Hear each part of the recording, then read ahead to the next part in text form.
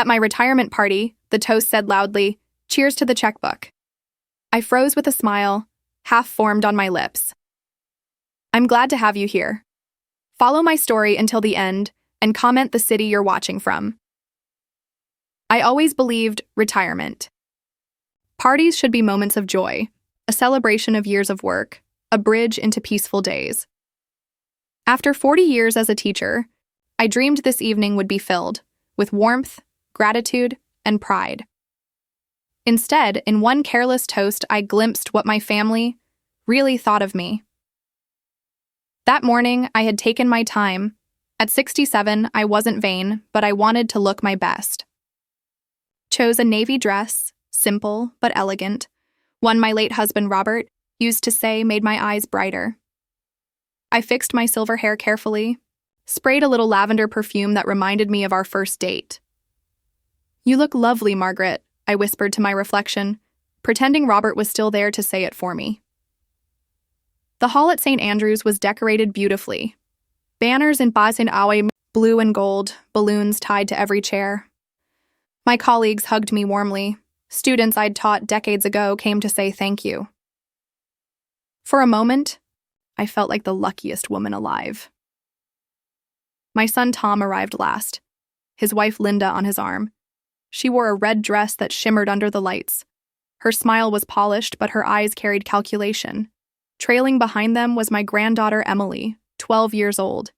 Clutching a handmade card covered in glitter and hearts, she ran into my arms. That single hug was the purest gift of the night. Dinner was served. Laughter filled the hall. Old colleagues told stories of field trips and class projects. I thought Tom would stand and honor my career, maybe share a childhood memory of bedtime stories or Sunday pancakes. Instead, glass in hand, he raised his voice. "To my mother," he said, "the woman who gave her life to teaching, who taught generations of kids, and who's always ready to open her checkbook." The room chuckled awkwardly. Some laughed too loudly. Linda clapped her hands with delight. I felt heat rising to my cheeks. I forced a smile. Though inside, humiliation burned. Was that all I was to him? A purse with no end? As the applause faded, I caught whispers at the next table. "Apparently she's their ATM," someone murmured. Another voice replied, "Linda says it's hilarious." My stomach tightened. I set my fork down quietly. The roast chicken on my plate suddenly had no taste. Tom waved me over, introducing me to friends of his. "Here's my mom," he said with a laugh. "Our family's walking bank account, the couple."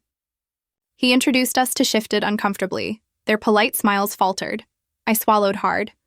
"Margaret Lewis," I said firmly. "Retired teacher." "Robert's widow." The man shook my hand kindly, but the damage was done. I excused myself, slipping into the ladies' room. The fluorescent lights buzzed above me. I stared at my reflection. The woman in the mirror looked older than I remembered. Her eyes clouded not just with age, but with betrayal. I dabbed at my eyes with a tissue. I would not cry tonight. Not here. From outside, a gentle knock. "Mrs. Lewis," a man's voice called. "It's Martin Reynolds, Robert's attorney. May I have a word?" I stepped out slowly. Martin had handled Robert's will, a man of quiet integrity. He glanced at the door where laughter still spilled from the hall. Then at me, at the redness around my eyes. "I saw what happened in there," he said. "It wasn't funny." And Robert would have been furious. I tried to brush it off. "Just a joke," I whispered. But my voice cracked. Martin hesitated, then lowered his voice. "There's something you should know. Something Robert left behind, in case you ever needed it." From inside his jacket, he pulled an envelope. The weight of it felt heavy in my hand. Inside, a document. Legal words blurred before my eyes, but the meaning was sharp. If any descendant publicly humiliated me, they would be cut out of the inheritance. The estate. Robert left me was far larger than I'd realized. I pressed the paper against my chest. The voices of my family echoed from the hall behind me. They laughed, clinking glasses, completely unaware that their cruelty had already sealed their fate. Folded the document carefully, looked at Martin. "What do I do?" I asked. "That's your choice," he replied softly. "But Robert wanted you respected because they loved you, not because they feared losing money." I slipped the paper back. "Not yet," I whispered. "I need to see just how far they'll go." And with that, I walked back into the hall. Not as the old woman with a checkbook, but as someone finally ready to see my family for who they truly were. The morning after the party, I sat alone in my kitchen. The balloons I had carried home floated limply. In the corner, the cake box sat unopened on the counter. In front of me, on the table, lay the folded program from the party, and my son's words echoed again and again. "Cheers to the checkbook." I traced the letters of my own name on the program. The elegant calligraphy mocked me. Was that who I was to them? Not Margaret, not Mom, not Grandma, just a wallet with legs. I made tea, but the steam rising from the mug brought no comfort. The silence in the house was thick. No laughter of children, no warm voice of Robert, telling me not to take it to heart. Just me, alone with humiliation. My eyes drifted to the family portrait above the fireplace. It was taken on my 40th anniversary. Robert sat proudly in the center. I stood beside him, hand on his shoulder. Tom and Linda were at our sides. Emily, only a toddler, then clutched a stuffed bunny. We looked so happy, like a family. But now looking at it, I wondered, had something been rotting underneath, even back then? I remembered 6 months after Robert passed. Tom had invited me to dinner. He poured my wine generously. Linda smiled warmly that night. For the first time since the funeral, I felt included. Then, after dessert, they shared their real reason. "Mom," Tom began, "we've been thinking about remodeling the kitchen. Nothing extravagant, just new counters, maybe some stainless steel appliances." Linda leaned in, her tone silky smooth. "With tuition for Emily and everything else, we're stretched thin. But you've always been comfortable since Dad left everything to you." The pause after her words hung like a trap in the air. I wrote them. A check for $30,000 that night. At the time, I told myself, it's family. Of course I'll help. But now, remembering it, I felt the pit in my stomach. That was the beginning. Requests grew like weeds, little favors at first. Emily's summer camp fees, an emergency car repair, then larger ones, a loan for a business opportunity, a contribution for their vacation home deposit. Each time I told myself, this is what Robert would want. Family looking after family. But standing in my quiet kitchen now, I realized the truth. They weren't looking after me. They were bleeding me dry. The kettle clicked off again. I hadn't even finished the first cup. My phone buzzed on the table. A text from Tom. "Thanks again for everything last night. Couldn't have done it without you. By the way, we're a little short this month. Could you spot us until next payday?" I stared at the message. The nerve. Not even 24 hours since he called me the checkbook. I typed back slowly, "Tom, I'll think about it." But my hands were trembling. That afternoon, I called Martin Reynolds, the lawyer who'd given me Robert's sealed document. We met at his office, dark wood bookshelves, papers neatly stacked. The air smelled of leather and ink. He gestured for me to sit. "You read it carefully?" he asked. "Yes," I said quietly. "And I don't understand. Why keep this from me until now?" Martin folded his hands. "Robert hoped it would never be needed. He wanted Tom and Linda to treat you with love, not fear of losing inheritance." I nodded slowly, but a heavy question pressed on my chest. What if they never loved me at all? What if it was always about the money? Martin sighed. "That is a question only time will answer. But the law is clear.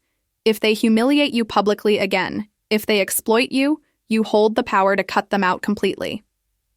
That night, I sat by the window in my bedroom. The town lights twinkled faintly in the distance. I held the document in my lap, fingers tracing the bold signature, Robert's handwriting, firm and decisive. He had thought of me, protected me even beyond the grave. For the first time since his passing, I felt less alone, but also afraid of what would happen when Tom and Linda realized they couldn't keep draining me forever. 2 days later, the doorbell rang. Linda stood on the porch, designer bag on her shoulder, smile stretched too wide. Margaret, she chirped. We thought we'd stop by. Tom's in the car making a call. Do you have a minute? I forced a polite nod. She swept in before I could even invite her. Her eyes darted around the house, scanning the furniture, the framed photos, as if measuring what could be sold. Lovely home, she said absently. You know, it's really too much space for just one person. Her words sank like ice water. I gripped the edge of the table. Here it was again. Another move on the chessboard. Tom entered then, phone in hand, expression tense. Mom, he began. There's something we should discuss. It's about the house. My heartbeat quickened.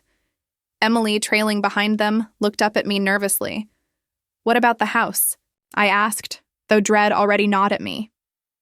Tom exchanged a look with Linda. She gave a small nod. He cleared his throat. Maybe it's time you considered downsizing. You know, selling this place, moving into something easier. Linda's voice cut in sharply. Or a senior community. Somewhere with people your age, it would be healthier for you. The words stung. This was my home. The house Robert and I had built, every corner filled with memories. But Tom avoided my gaze, and Linda smiled sweetly, like a vulture wearing lipstick. I realized then, the party toast hadn't been a slip of the tongue. It was a declaration. To them, I was only money. And now, they wanted the house too. That night, I didn't sleep. I sat in the living room, lamp casting a soft glow over the family portrait. Robert's eyes, frozen in time, seemed to watch me. Urge me, I whispered to the photo. They've changed, Robert. Or maybe they were always this way.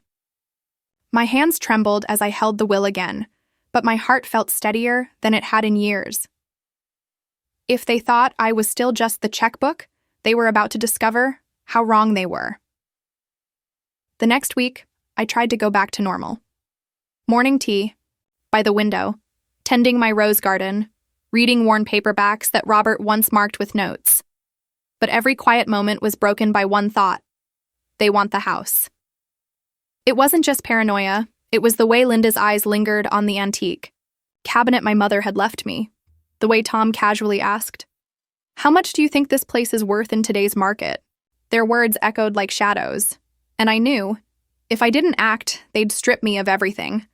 I decided to test them. I called Tom one morning. "Sweetheart," I said lightly, "I've been thinking of updating the kitchen. Do you know a good contractor?" There was a pause. Too long. Then his voice, eager. "Yes, Mom, actually I do. Linda and I can help with that. Maybe we can even arrange financing, make it easier for you." Financing. That word stuck like a thorn. Not help. Control. 2 days later, Linda appeared at my doorstep. She carried glossy brochures, granite countertops, new cabinets, open concept floor plan. Her nails tapped the photos, her smile too wide. "Think of it, Margaret. If you update the kitchen, the resale value will skyrocket." Resale, not comfort, not my happiness. Resale. I poured tea and watched her stir sugar slowly. Her diamond ring glittered under the light. "Linda," I said softly, "why are you so interested in the value of this house?" She froze for just a second, then laughed too loudly. Oh, you know me, always thinking ahead. But her eyes betrayed her. Cold. Calculating. That night, I couldn't sleep again. I pulled out a box of Robert's papers. Old insurance statements. Mortgage. Documents. The deed to the house. I laid them all out on the table. Each one was in my name alone. Robert had been clear. This house was mine. Mine to live in until the day I died. And yet, they circled like hawks. The next morning, I went to see Martin Reynolds. I carried the box of papers with me. His office smelled faintly of coffee, the blinds filtered in strips of light. "Margaret," he greeted. "Have you found something?" I spread the documents before him. He adjusted his glasses, scanning. "These are solid," he said. "No one can contest your ownership, unless," he looked at me gravely, Unless someone forges your consent. The words chilled me. Forge. Like the signature I'd seen on that scanned loan document. Martin, I whispered. They've already done it once, I know it. He leaned forward. Then we gather proof. Quietly. You don't confront them again until you have everything in hand. I nodded, my pulse steadying. For the first time, I felt not powerless, but armed.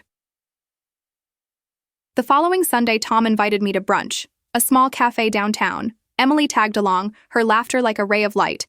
But I noticed the way Linda kept whispering into Tom's ear. Papers between them, numbers scribbled. When Emily went to the counter for a muffin, I leaned in. What are you two plotting now? I asked lightly. Linda didn't flinch. We're exploring options. It's called planning for the future, Tom added quickly. For all of us, Mom. For the family. Family. They used the word like a knife. Later that week, a letter arrived in the mail. I opened it with trembling hands. Inside was a notice from the bank. Confirmation of a loan application. In my name. The amount, $150,000. Purpose, home equity withdrawal. My knees buckled. I gripped the counter for support. They had done it again. I rushed to the bank the next day. The clerk looked at me oddly. Mrs. Lewis, you already signed this. She showed me the form. My name flowed elegantly in black ink. But it wasn't my hand. I knew every loop of my own letters. That's a forgery, I said firmly. I never signed this. Her face paled. I'll escalate this immediately. Driving home, my hands clenched the wheel. The betrayal was no longer hidden. It was in black and white, my own son, my own daughter-in-law, trying to steal the roof over my head. That night, I sat Emily on the porch swing. Her small hand curled around mine. Grandma, she asked innocently, why are Mom and Dad always talking about money lately? I swallowed hard. Children see more than adults admit. They're confused, sweetheart, I whispered. But you don't have to worry. Grandma will make sure we're safe. Inside, I locked the papers in a drawer.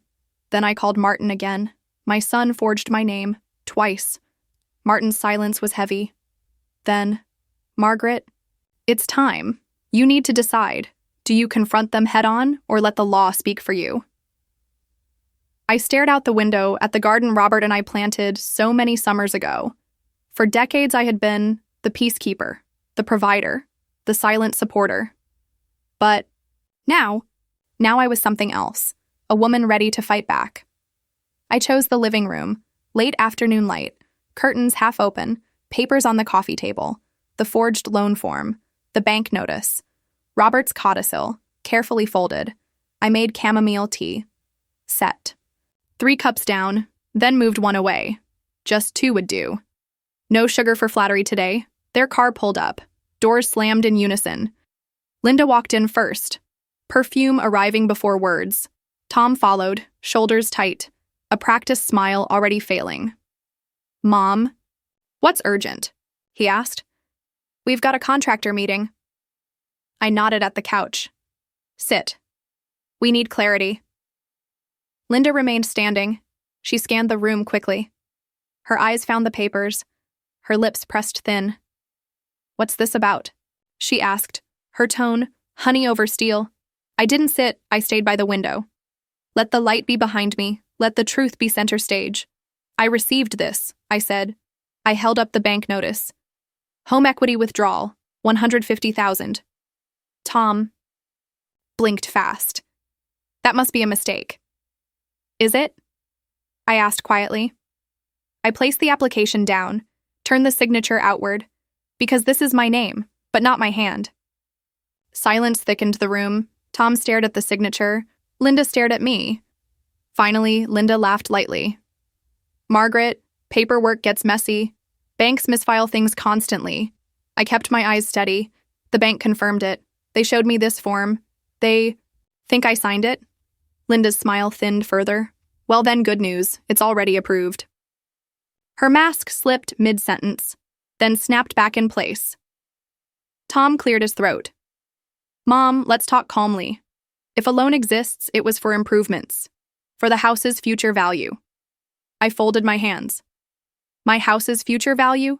Or your quick liquidity? He winced slightly. His gaze found the rug. Mom, we're family, he said. We help each other. Do we? I asked. Or do I help you while you toast my checkbook? Tom flinched at that.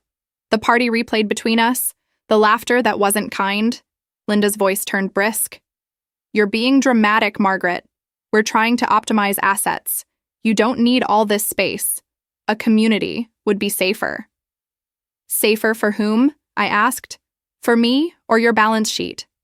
Her cheeks colored sharply. Her next smile didn't reach eyes. I took a breath, then slid another paper forward. Robert's codicil. Before Robert died, I said, he wrote this protection. Tom looked up slowly, reading without touching.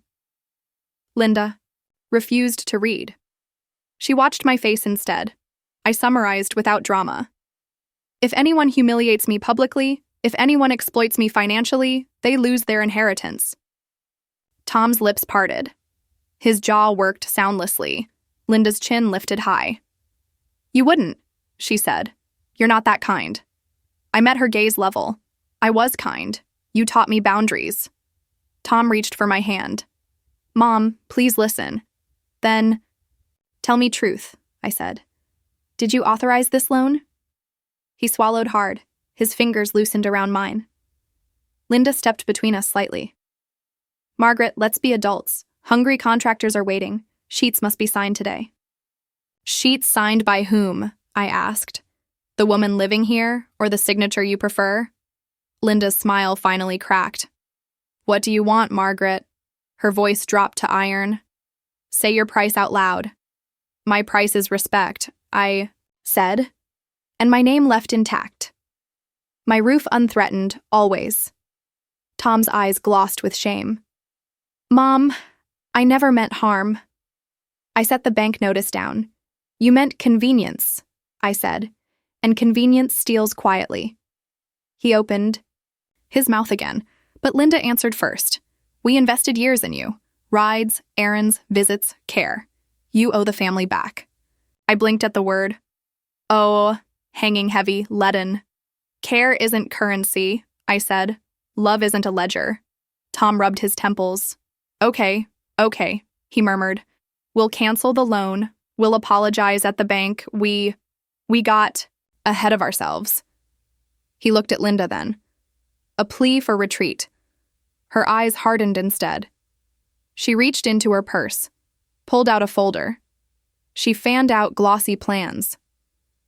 Kitchens sell houses, she said. Buyers adore open concept.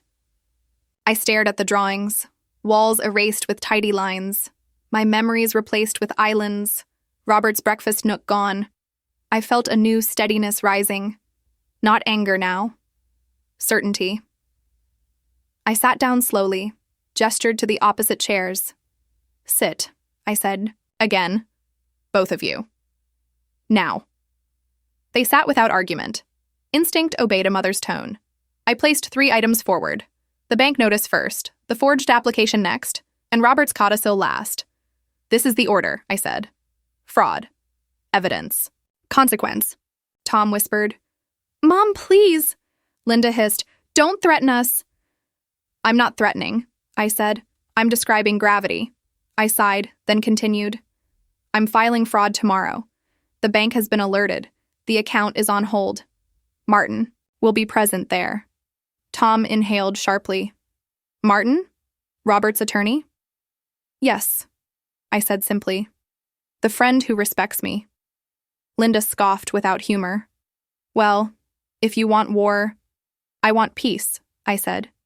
But peace requires borders. The front door clicked gently. Emily stepped into the foyer. Her backpack slipped down quietly. She must have walked over. Practice at the community center, her cheeks pink from the cold. She froze at the room's silence, at the papers on the table, at her parents' rigid posture. Grandma, she whispered softly, is everything okay? Tom stood quickly. Sweetie, go upstairs, please. We're just talking things through. Emily's eyes moved to mine. Grandma, she asked again. I couldn't lie to her. Grown-up stuff, honey, I said. We'll talk later, all right? She nodded slowly, then looked at the papers, at my face, at Linda's clenched jaw. Okay, she whispered. Her footsteps went upstairs, soft, reluctant, worried. When the hallway quieted, Linda leaned forward low. Bring a child into this? Her voice, a blame-laced whisper. She brought herself, I said. She loves her grandmother. Tom's shoulders sagged deeper. Mom, you're right, he said. We made a mess here. Linda shot him a look, a silent electric warning. Choose me, not her. He stared at his hands and didn't speak again. I opened a leather notebook. I clicked a pen deliberately. Here are the conditions, I said. 3 lines, no debate. 1, I raised a finger. You email the bank today, you withdraw. Any application, you acknowledge fraud attempt, you name the responsible party. Linda inhaled sharply. That's outrageous, she said. We'd never. 2, I continued calmly. You will not touch my name. No loans, no proxies, no access to my accounts, no keys duplicated ever. 3, I finished clearly. From this moment forward, all requests for money go through Martin, not me. Every penny requires cause, and he can say no. Tom looked devastated. He nodded once, a small broken gesture. Linda stood abruptly. Her chair scraped hard. You can't blacklist your family, she said through clenched teeth. This is punishment. This is protection, I said. Robert called it love. She pointed at the codicil. That piece of paper won't matter when you're alone someday, when you need us again. I met her glare evenly. I need honesty, I need safety, and I will. Have both. The room stretched thin, silence humming like a wire. Tom finally stood slowly. He picked up the forged form. He stared at his own guilt. He set it down carefully. Mom, he whispered hoarsely. I'm sorry. I believed him halfway. Regret is easier than repair. Then choose repair, I said. Show me with action. He nodded again, then looked toward the stairs, toward the child listening above. He rubbed his eyes roughly. I'll write the email, he said. I'll copy Martin tonight. Linda's disbelief sparked. You can't be serious, Tom. He didn't answer her. He answered me instead. Quiet, direct. Okay, Mom. I'll do it. I gathered the papers. I returned the codicil to its envelope. Linda stepped closer once more. Last attempt, unmasked. If you go through with this, you'll die alone, she said. Think about that carefully. I felt an old ache stir, a widow's fear, familiar. Then I felt something else, the strength of my name. I'd rather live honest, I said, than die surrounded by thieves. Her eyes flashed with fury. She grabbed her purse sharply, stormed, to the door. Tom lingered in the doorway. He looked back at me, a son and a stranger. Mom, he whispered again. Thank you for tea. The smallest apology available.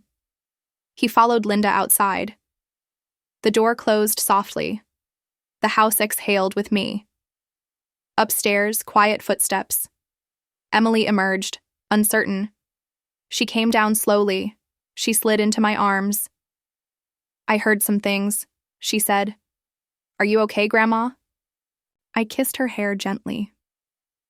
I am now, I whispered, because I remembered something. She looked up, puzzled. Remembered what? That my name is mine, I said. And love protects. It doesn't plunder. She squeezed tighter. Can I stay tonight? Yes, I said, smiling. Please stay. Let's make cocoa. Later, the house was quiet. I opened my email. A new message appeared. Subject line, bank draft withdrawal. From Tom's account, DCC, Martin Reynolds. 2 sentences plain, I read them twice. Then closed my eyes. Repair had begun, but trust had not returned. I turned off the lamp, left one light in the hall, a lighthouse for my boundaries. The next morning, I woke before dawn. The house felt different, quieter, not empty, but bracing itself, like even the walls knew a storm had arrived. I brewed coffee slowly. The smell filled the kitchen, but my hands shook as I poured the cream. Tom's apology lingered. Linda's threat echoed. Emily's worried eyes haunted me. This wasn't over. It had only begun. I called Martin at 8. He answered on the first ring. Margaret? Yes, it's time. We arranged to meet at his office downtown. I gathered the papers into Robert's old leather briefcase, the one he carried to school for 30 years of teaching. It felt like armor in my hands. At the office, Martin spread the papers neatly. He spoke in the calm tone that made juries trust him. 2 forgeries. Same style of handwriting. Both linked to your son's accounts. I clenched my jaw. I can't believe it, my own blood. Martin sighed. Love blinds us, Margaret. But the ink does not lie. We began building a file, copies of the bank's notice, screenshots of the forged signature, even a voice message, Tom's careless words about liquidity. Piece by piece, a puzzle formed, not a family portrait, but a crime scene. Martin leaned back. We have enough for the bank, enough for court, if needed. But before we act, do you want them exposed publicly? The question cut deep. Did I want justice or vengeance? I thought of Emily, her small voice asking if everything was okay. I want protection, I said. Not spectacle, but I won't be erased. That evening, I drove to the community center. Emily had a recital. Her violin sang through the hall. I sat in the back row. Tears blurred the notes, not of sadness, but of resolve. She deserved a grandmother who stood tall, not one folded by betrayal. After the recital, Emily ran into my arms. Grandma. Did I play okay? You played beautifully, I said. You're stronger than you know. Linda hovered nearby, her smile fixed like porcelain, but her eyes flickered. Uneasy, suspicious. She knew I was moving, she just didn't know where. At home that night, I placed Robert's codicil on the mantel beside his photo. His eyes twinkled in the frame, the same eyes Emily carried, the same eyes Tom had lost to greed and fear. I whispered to the photo, "They will not take what we built together." The house felt steadier, so did I. But in the shadows I knew one truth, a cornered thief doesn't back down. And Linda, she was just getting started. 3 days later, my phone rang mid-afternoon. It was Tom. His voice was low, hurried. Mom, can we come by tonight? Linda wants to talk things through. She says it's about Emily. About Emily. The words froze me. I agreed quietly.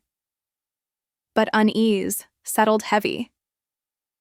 I spent the day pacing the kitchen, straightening already neat counters, watering roses that didn't need water. By evening, headlights swept across the driveway. The storm had arrived. They entered together. Tom looked worn. Linda looked radiant and cold. Emily trailed behind, clutching her violin case. I knelt to hug her first. Her small body trembled. She whispered, "Please don't be mad at them." Her words twisted inside me. They had sent her ahead as a shield. We sat in the living room, the same coffee table, the same papers still in the drawer. But tonight's weapon was subtler. Linda began. Margaret, we're all tired. This fighting. It's tearing the family apart. Her tone dripped honey. Her eyes flashed steel. Tom cleared his throat. Mom, Emily's been upset. She worries about you. She thinks you're angry at us. I looked at Emily gently. Sweetheart, I'm not angry at you. Never at you. Her lips quivered, but Linda cut in quickly. That's why we thought maybe the best solution would be guardianship. The room spun. Guardianship? I repeated. Linda nodded smoothly. You could sign over certain financial decisions. Just so you're not burdened, we'd handle the hard parts. Tom looked down, silent, guilty. Linda smiled. As Emily's parents, it would give her stability too. No more confusion. I felt my chest tighten. Guardianship. It was a velvet noose. They wanted my rights, my autonomy, my future, and they dared to present it as a gift to my granddaughter. I leaned back slowly. Let silence hang. Then I asked softly, Emily, honey, do you think Grandma needs help making choices? Her eyes widened. She shook her head hard. No, Grandma. You're the smartest person I know. Linda stiffened. Color rose in her cheeks. Tom finally spoke. Mom, please don't make this harder. Linda's only trying to help. I turned my gaze on him. Help? By erasing my name? He faltered. Mom, don't call me Mom if all I am is paperwork. The words fell heavy. Even Emily gasped softly.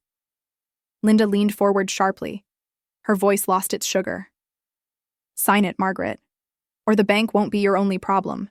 There are costs you can't imagine. We can protect you, or leave you exposed. Threat. Laid bare. Finally, I sat straighter. I'd rather face wolves in daylight than sleep beside thieves. Emily burst into tears. Stop yelling! Please stop! She clung to me, her sobs soaking my blouse. Linda stood abruptly, grabbing her purse. This is pointless. She glared at Tom. Either she signs or she drags us all down, then she stormed outside. Tom lingered. His shoulders slumped. He knelt beside Emily. Sweetie, let's go, he whispered. But Emily clung tighter to me. Tom's eyes met mine. For a flicker, the boy I raised was there, lost, confused, trapped between love and greed. Mom, he said softly, don't push too far. Linda won't stop. Then he pried Emily's hands away. Her sobs echoed as they left the house. When silence returned, I sank into the chair. My blouse damp from tears. My heart pounding. Guardianship. They wanted guardianship. To reduce me to a dependent. A child in my own home. But they forgot one truth. I still had my name, and proof, and allies. The next morning, I drove to Martin's office again. I told him everything. His jaw tightened. Guardianship abuse, he said. One of the cruelest tactics, but with your documentation, they won't succeed. He placed his hand gently on mine. Margaret, are you ready to take this public? I thought of Emily's tears, of Linda's threat, of Robert's steady eyes in his photo. Yes, I whispered. It ends now. That night, I stood in the doorway of my home. The moonlight spilled across the porch. The roses swayed gently in the wind, and I felt it. Not fear, not even anger. Resolve. The battle was no longer private. It was justice now, and I would not lose. At sunrise, I drove downtown. The sky was pale, like paper waiting for ink and truth. I parked carefully, hands steady now, not fearless, just done with fear. Martin met me. On the courthouse steps, a folder under his arm, resolve in his eyes. Ready, Margaret? Yes, I said. No more shadows. First stop, the county recorder. We filed an affidavit affirming my ownership. Signature verification required for any future transfer. A clerk stamped it. Metallic thunk. The sound of a boundary becoming real. Second. Stop, the bank branch. A manager greeted us, warm, professional, careful. I slid the notice across. He read without blinking. We signed affidavits. Fraud. Twice attempted. Handwriting review requested. Account notes strengthened immediately. No phone authorizations. No third-party access. In-person only. Passphrase required. Choose a word, he said. I chose Robert. He nodded solemnly. We'll protect you, Mrs. Lewis. Third, stop Martin's office. We called the credit bureaus, placed security freezes, filed a broad alert, changed every online password. Martin drafted letters, precise, economical, final. A cease and desist. Regarding my name, a notice to the bank detailing. The forgery. A certified letter to Tom and Linda, referencing Robert's codicil, the retirement toast, and the guardianship attempt. He slid the drafts over. Do you approve? I read slowly. Then I signed. My hand didn't tremble. For the first time in a long time. We stood by the window. City traffic murmured below. Martin spoke softly. Next, the trust. A living trust, he said, house titled into it, successor trustee named, clear distribution terms. Who should inherit? I looked at the skyline, then at my own hands. Emily, I said, not now, someday, when she's ready. College. First, stability always. And the others? His voice was careful. I exhaled slowly. The codicil speaks, but add a clause. If they forge, threaten guardianship, or humiliate again, their share reduces to 0. He nodded once. I'll draft tonight. On the drive home, the sun broke through. Light spilled across the dashboard photos. Robert's tiny picture tucked near the speedometer. His smile steady, his eyes saying, "Good, keep going."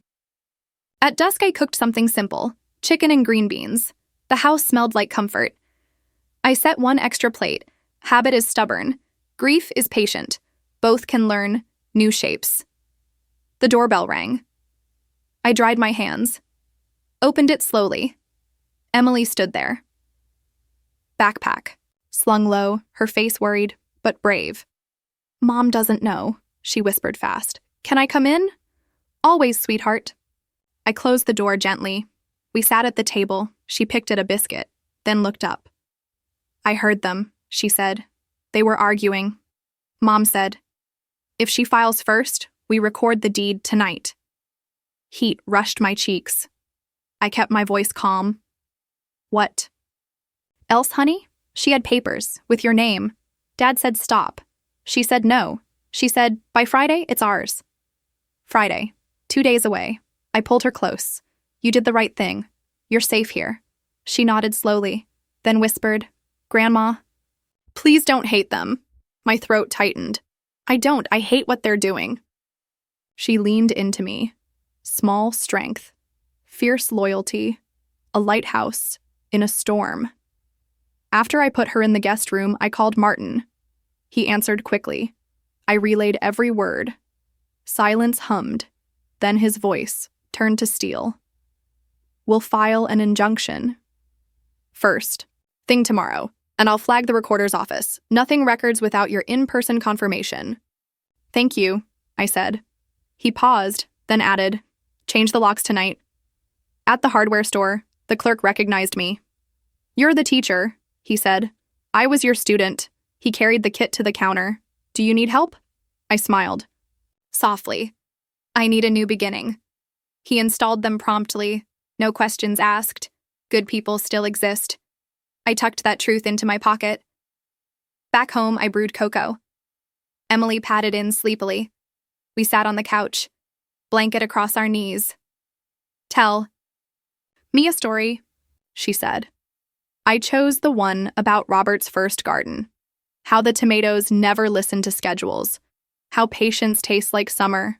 She giggled softly. Her eyelids drooped. I kissed her forehead. Good night, light of mine. My phone chimed. A new email from the county system. Subject line.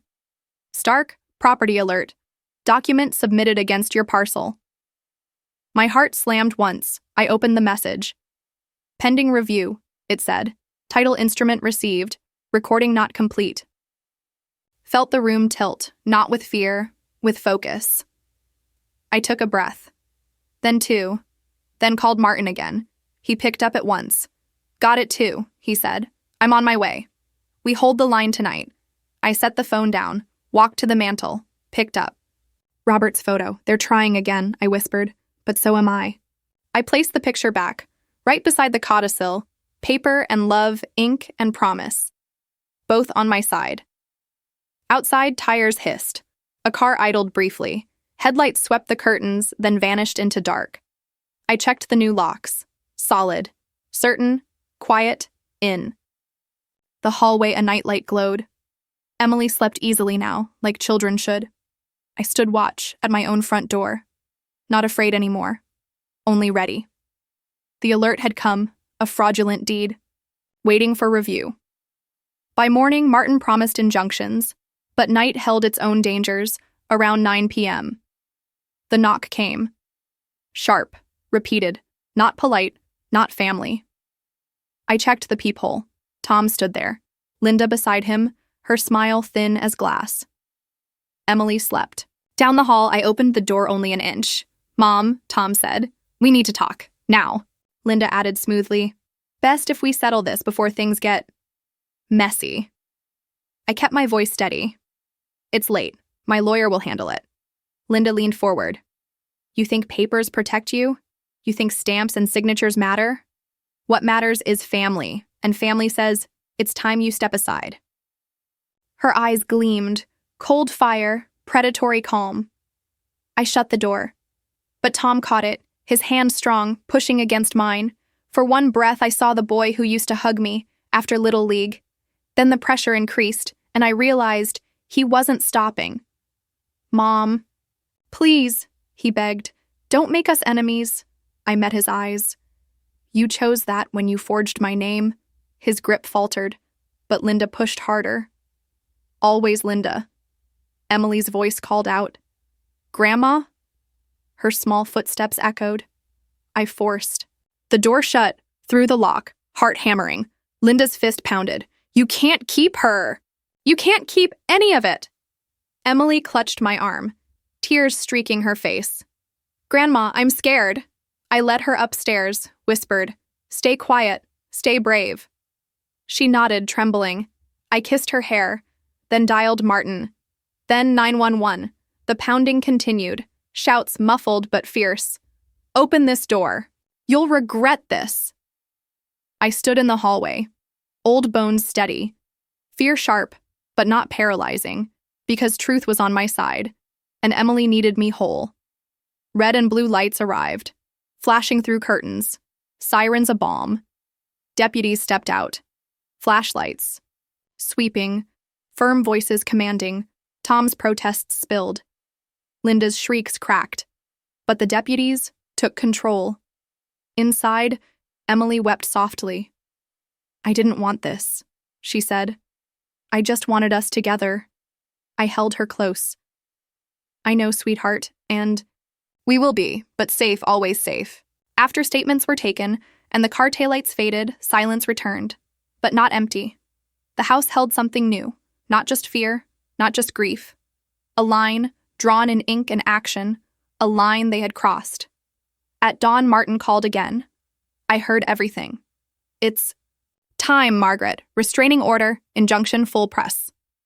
I looked out at Robert's roses, still wet with dew, still alive, still mine.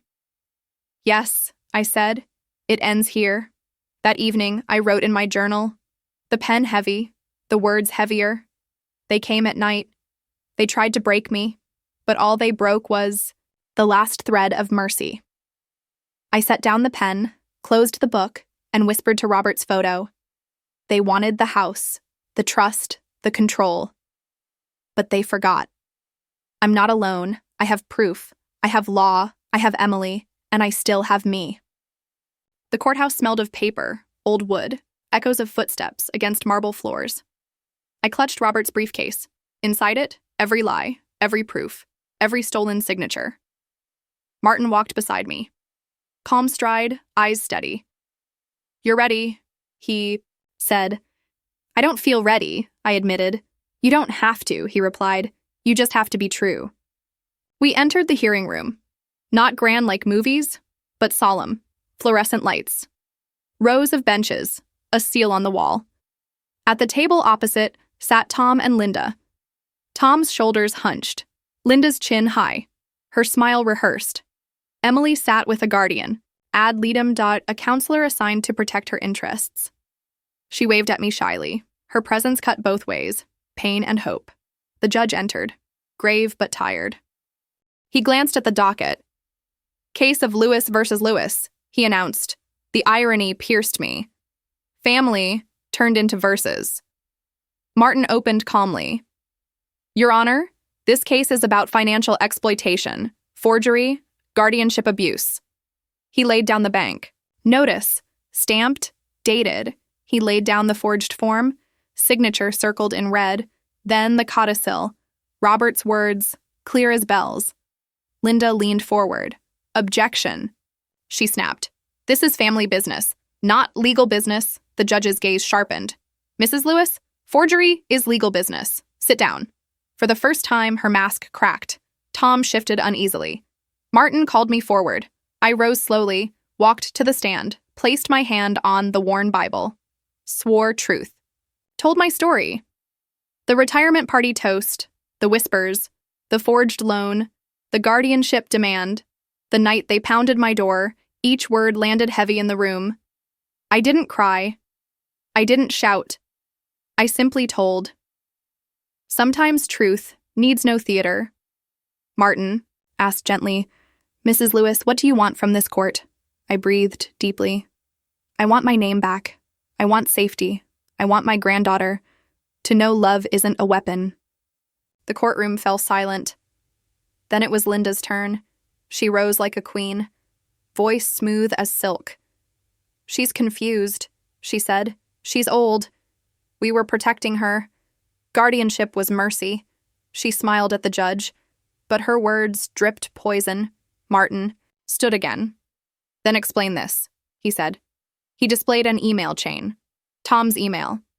Subject, bank draft withdrawal. In it, Tom admitted fraudulent attempt CC'd to Martin himself. The judge leaned forward. Mr. Lewis, did you write this? Tom's face flushed, his lips parted. Finally. Yes, the room gasped. Linda spun to him. What are you doing? She hissed. You'll ruin us. But Tom's eyes looked only at me. Tired, broken, ashamed. Because it's true, he whispered. The judge raised a hand. Enough. He reviewed the exhibits, the forged forms, the testimony, the codicil. He spoke firmly. Guardianship petition denied. Fraud injunction granted. Restraining order issued. The trust will be executed per Mrs. Lewis's wishes, and Robert's codicil will be honored. His gavel fell. Sharp. Final. I exhaled for the first time in months. Relief? Grief. A strange mix. Emily ran to me, her arms wrapped tight. Grandma, is it over? Almost, sweetheart. Almost. Linda stormed out, heels clicking like gunfire, her empire of manipulation crumbling around her. Tom lingered. He walked slowly to me. Voice low. Mom, I'm sorry, I lost myself. I looked at him, my son, my betrayer, my boy. I forgive the boy, I said, but the man has work to do. His eyes brimmed, he nodded, then walked away. Outside, the air tasted lighter. The courthouse steps felt like freedom. Martin patted my shoulder. You won today. Not just me, I said. Robert, too, and Emily, and every elder who deserves respect. That night, back home, I lit a candle by Robert's photo. The flame steady, the house quiet. Emily asleep upstairs. I whispered. We held the line, we kept the home, we kept the truth. And for the first time, since that cruel toast, I smiled without force. The morning after court, I woke to silence. But not the heavy silence. Of fear. Not the tense silence. Of waiting for footsteps. A gentler quiet. The kind that comes when battles are finished. Sunlight streamed across. Robert's roses. Dew sparkled like jewels. For the first time in months, the garden smelled sweet instead of bitter. Emily padded into the kitchen, hair tousled, eyes sleepy. Grandma, she whispered, did we really win? I smiled softly. We did, sweetheart, the judge said so. She hugged me tightly. Then we're safe? Yes, I said. We're safe now. We made pancakes together. She flipped them clumsily. Syrup spilled across the counter. Her giggles filled the air. I thought, this is victory. Not gavel strikes. Not stamped papers. But a child's laughter, free of fear. Later, I sat on the porch. Journal. In hand, the words came slower now. Not frantic, not desperate, just reflective. Justice is not triumph, I wrote. It is balance restored, but balance has a cost, a family reshaped. Tom hadn't called. Linda certainly wouldn't. The silence from them was its own verdict. Part of me grieved. Not the loss of money, not the loss of house, but the loss of the son who once held my hand. At crosswalks, who once whispered, "Don't worry, Mom, I'll protect you." Now I was the one protecting myself from him. That evening Martin visited, carrying a folder, but this time, his face was lighter. "The trust is filed," he said. "Property secured, inheritance clarified. It's official now." He placed the folder on the table.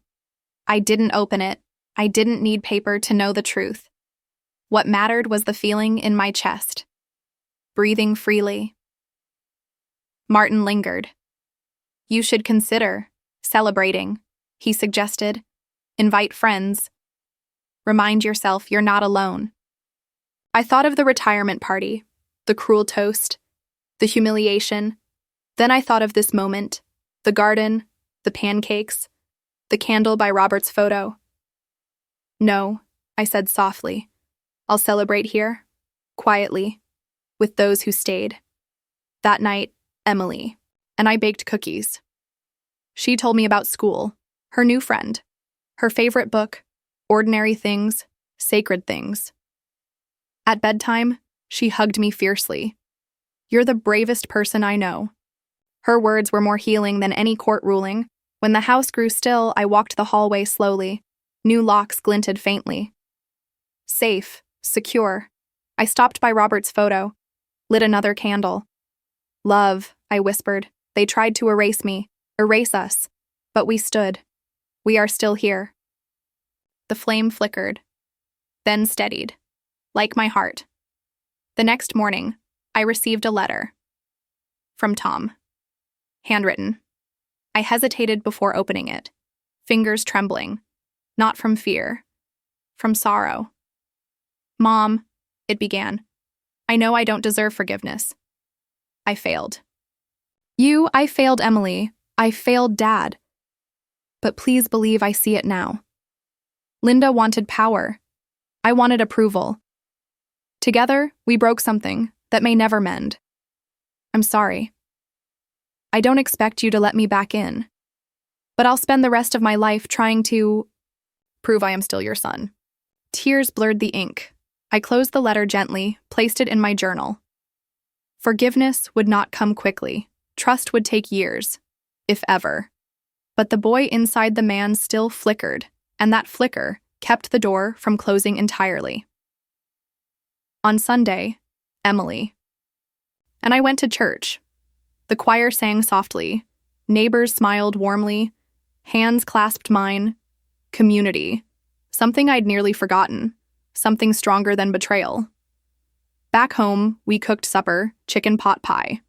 Robert's favorite. We ate on the porch, watched the sunset, sky burning orange and pink. "Grandma," Emily said quietly. "What happens now?" I smiled at her. "Now, we live.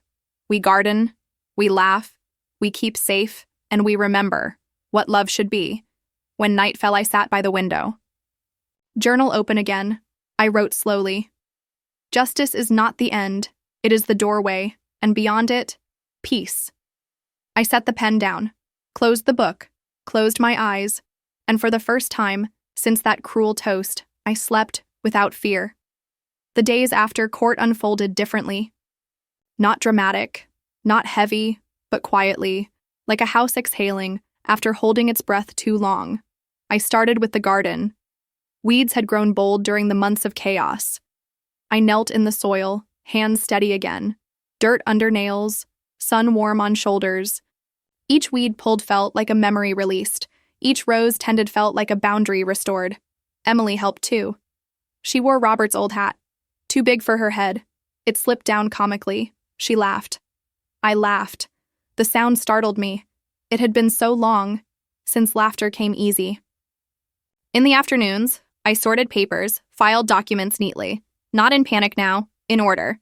Bank accounts secured, passwords changed, trust in place, each file folder a wall rebuilt, each signature, a declaration of self. Neighbors stopped by. Mrs. Carter from next door brought peach cobbler. I've been praying for you, she said softly. Mr. Jenkins fixed the squeaky gate. Didn't want you worrying about it anymore, he muttered kindly. Community returned, not because I asked, because they cared, something my own son had forgotten. One evening, Emily sat at the table. She sketched with crayons. "What are you drawing?" I asked. She turned the page to me, a small house, 2 people on the porch, labeled Grandma and me. Her smile innocent, her lines simple, but the meaning vast. I hugged her tight. "This is our home," I said, "and no one can take it now." Letters from Tom arrived, every week, short, clumsy, apologetic. I read them slowly, folded them carefully, kept them in a drawer. Not forgiveness yet, not closure yet, but perhaps a bridge. Someday. Linda never wrote. Her silence screamed louder than any letter. I imagined her bitterness, but bitterness was no longer my burden. I had set it down. At night, I lit candles by Robert's photo, the flame steady, not wavering like before. "I'm learning," I whispered, "to be strong alone, to be soft with Emily, to be whole again." The house listened, the walls steadied, the locks stayed firm. I began teaching again, not in schools, but in the library. A small group of children gathered for stories. I read books aloud, voices rising, eyes wide, hands clapping, hope returned, in little faces, in shared tales, in the joy of giving. Emily came too. She read her first short story to the group, her voice trembled, but carried. I watched her proudly. The legacy of teaching lived on. Not in classrooms, but in hearts. One Saturday, I hosted a small gathering. Friends, neighbors, children I once taught. We ate on the porch, laughter rising. No cruel toasts, only kind words. This time, when glasses clinked, it was not to a checkbook. It was to resilience. To truth. To survival. Later that night, Emily asked quietly, "Grandma, will you ever let Mom and Dad back?" I paused. The question cut. "I don't know yet," I said.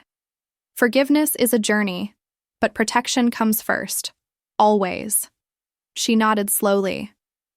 "I just want everyone to love again." Tears stung my eyes. I kissed her forehead. "We love enough for now." In my journal, I wrote again, words flowing like water. I was almost erased, but I remained.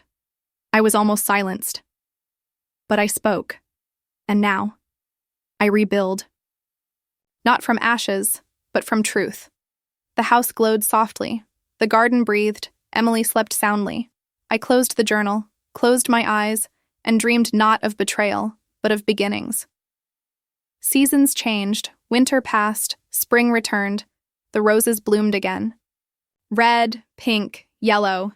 The same colors Robert planted all those years ago. Their fragrance carried through the yard, sweet, steady, like survival itself. Emily grew taller, her laughter louder, her questions sharper. She practiced violin on the porch, notes drifting into the evening air. Sometimes soft, sometimes bold, like her grandmother. Life regained rhythm. Morning tea. Library storytelling. Quiet dinners. Candles by Robert's photo.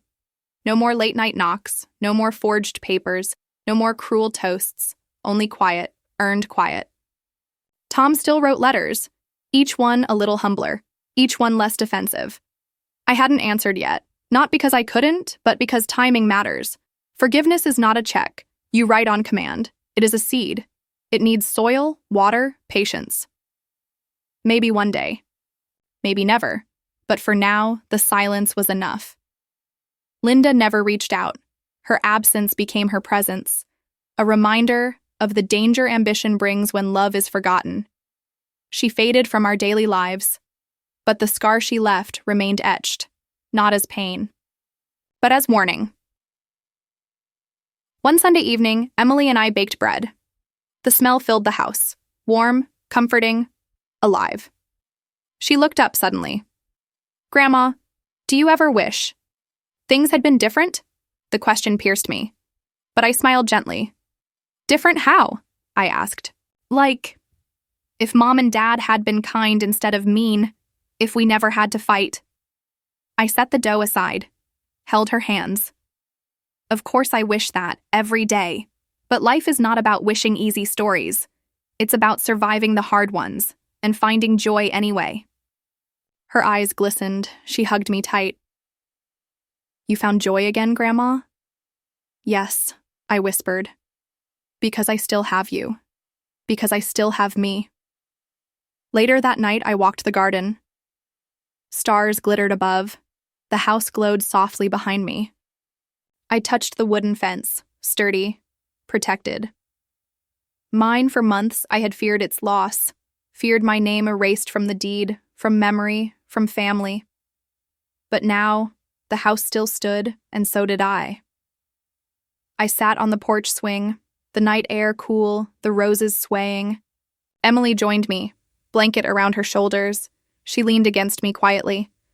Grandma, she murmured, are we safe forever now? I kissed her hair. As safe as love makes us. She thought for a moment. Then we're safe. The swing creaked gently. The stars shimmered. The house whispered softly. All of it, proof of endurance. I closed my eyes, breathed deeply, let peace in. In my journal, I wrote the last line of this chapter. They tried to erase me, but I am still here. They tried to claim my house. But the house still stands, and so do I. When family betrays and survival becomes victory, is blood enough reason to forgive? Or is the true inheritance the freedom to choose peace? And with that, Margaret's story closes. Not with loss, not with defeat, but with survival, boundaries, and the quiet strength of a woman who refused to disappear.